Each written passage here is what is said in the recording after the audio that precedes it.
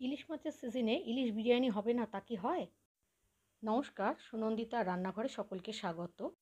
আজ গণেশ চতুর্থী, সকলকে গণেশ চতুর্থীর শুভেচ্ছা জানিয়ে শুরু করছি আমার আজকের রেসিপি ইলিশ বিরিয়ানি। এখানে আমি 6 পিস ইলিশ মাছ ধুয়ে পরিষ্কার করে সামান্য হলুদ গুঁড়ো আর লবণ মাখিয়ে কিছুক্ষণ রেখে দিয়েছি। একটা বাটিতে কিছুটা দুধ ফুটিয়ে ঠান্ডা করে তার মধ্যে অল্প কেশরী রং মিশিয়ে রেখে দিলাম।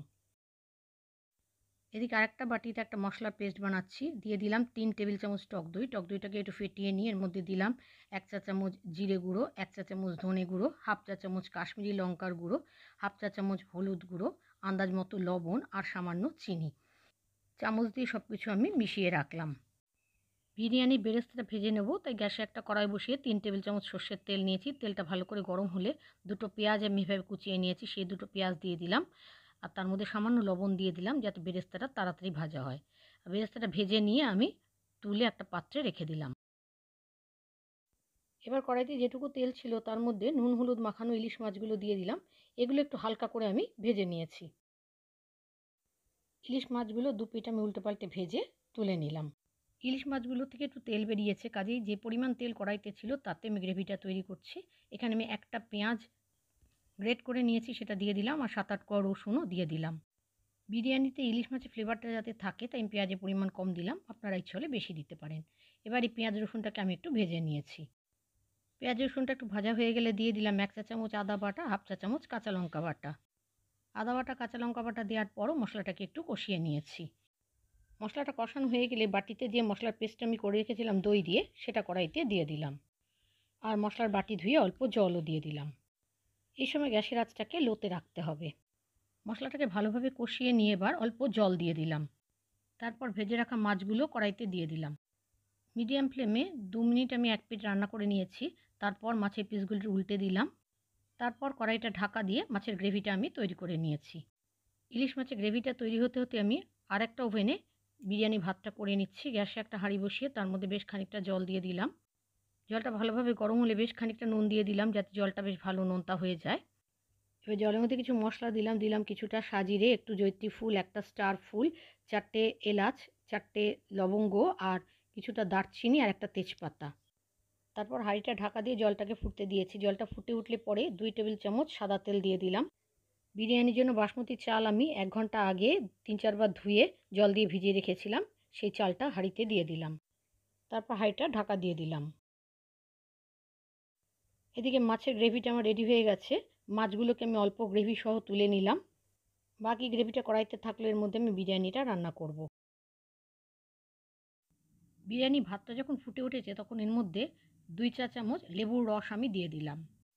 এর বদলে ভিনিগারও দিতে পারেন। সাদা তেল আর লেবুর রস দেওয়ার ফলে ভাতগুলো সাদা হবে আর ঝরঝরে হবে। এখানে চালটাকে কিন্তু 80% কুক করতে হবে, বাকিটা বিরিয়ানির দমে হবে। বিরিয়ানি ভাতটা রেডি হয়ে গেছে, গ্যাসের আঁচ বন্ধ করে আমি ফ্যানটা ঝরিয়ে নিয়েছি। এবার বিরিয়ানি লেয়ার তৈরি করব। গ্যাসের আঁচ বন্ধ রেখে কড়াইতে যে ইলিশ মাছের গ্রেভিটা ছিল তার উপরে বেশ খানিকটা ভাত আমি ছড়িয়ে দিলাম। তারপর ভাতের লেয়ারের উপরে কিছুটা গোলমরিচ গুঁড়ো দিয়ে দিলাম, আর দিয়ে দিলাম 1 চা চামচ বিরিয়ানি মশলা। বিরিয়ানি মশলাটা কিন্তু বাজার থেকে কেনা বিরিয়ানি মশলা। তার সাথে দিয়ে দিলাম খানিকটা পেঁয়াজ বেরেস্তা, আর যে কেশরী রঙটা দুধে গুলে রেখেছিলাম সেখান থেকে খানিকটা দিয়ে দিলাম। অল্প একটু কেওড়া জল, গোলাপ জলও কিন্তু দিয়েছি। তার উপর দিয়ে আবার খানিকটা ভাত আমি ছড়িয়ে দিলাম। এবার আমি এর উপর দিয়ে মাছগুলোকে সাজিয়ে দিলাম, আর মাছের সঙ্গে যে গ্রেভিটা তুলে রেখেছিলাম সেটাও দিয়ে দিলাম।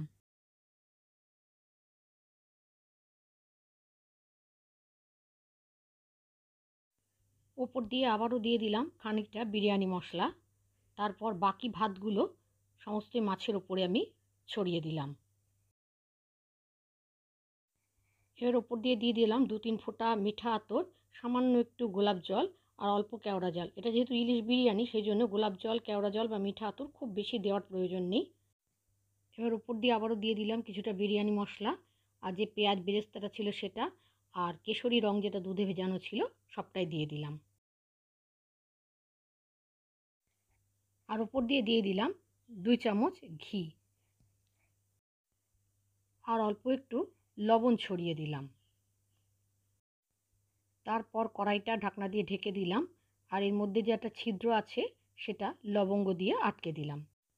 এবার গ্যাসটা জ্বালিয়ে দিয়ে লো ফ্লেমে আমি 8 মিনিট বিরিয়ানিটা দম দিয়ে নিয়েছি। আপনারা এটা চাটুর ওপরে রেখে করতে পারেন বা এর মুখটা আটা দিয়ে সিল করে দিতে পারেন। 8 মিনিট পরে আমি ঢাকনাটা খুললাম। দেখুন বিরিয়ানিটা কীরকম হয়েছে। আমি একটুখানি হাতা দিয়ে তুলে দেখিয়ে দিচ্ছি। বিরিয়ানি কিন্তু গরম অবস্থায় কাটবেন না, অন্তত আধ ঘন্টা রেখে দিয়ে তারপর পরিবেশন করবেন। এখানে আমি শুধু একটু কেটে আপনাদের দেখিয়ে দিলাম।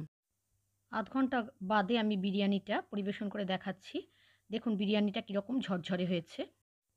এইভাবে আপনারাও ইলিশ বিরিয়ানি বানিয়ে দেখতে পারেন। আশা করি আপনাদেরও ভালো লাগবে। আমার আজকের ইলিশ বিরিয়ানি রেসিপি আপনাদের যদি ভালো লেগে থাকে তাহলে লাইক, শেয়ার, কমেন্ট করার অনুরোধ রইল। আর আমার চ্যানেলটা সাবস্ক্রাইব করে পাশের বেল বাটনটা ক্লিক করে দেবেন নতুন রেসিপির আপডেট পেতে। আজ তাহলে এখানে শেষ করছি। আবার আসবো অন্য কোনো রেসিপি নিয়ে। ততক্ষণের জন্য সকলে ভালো থাকবেন, সুস্থ থাকবেন। ধন্যবাদ।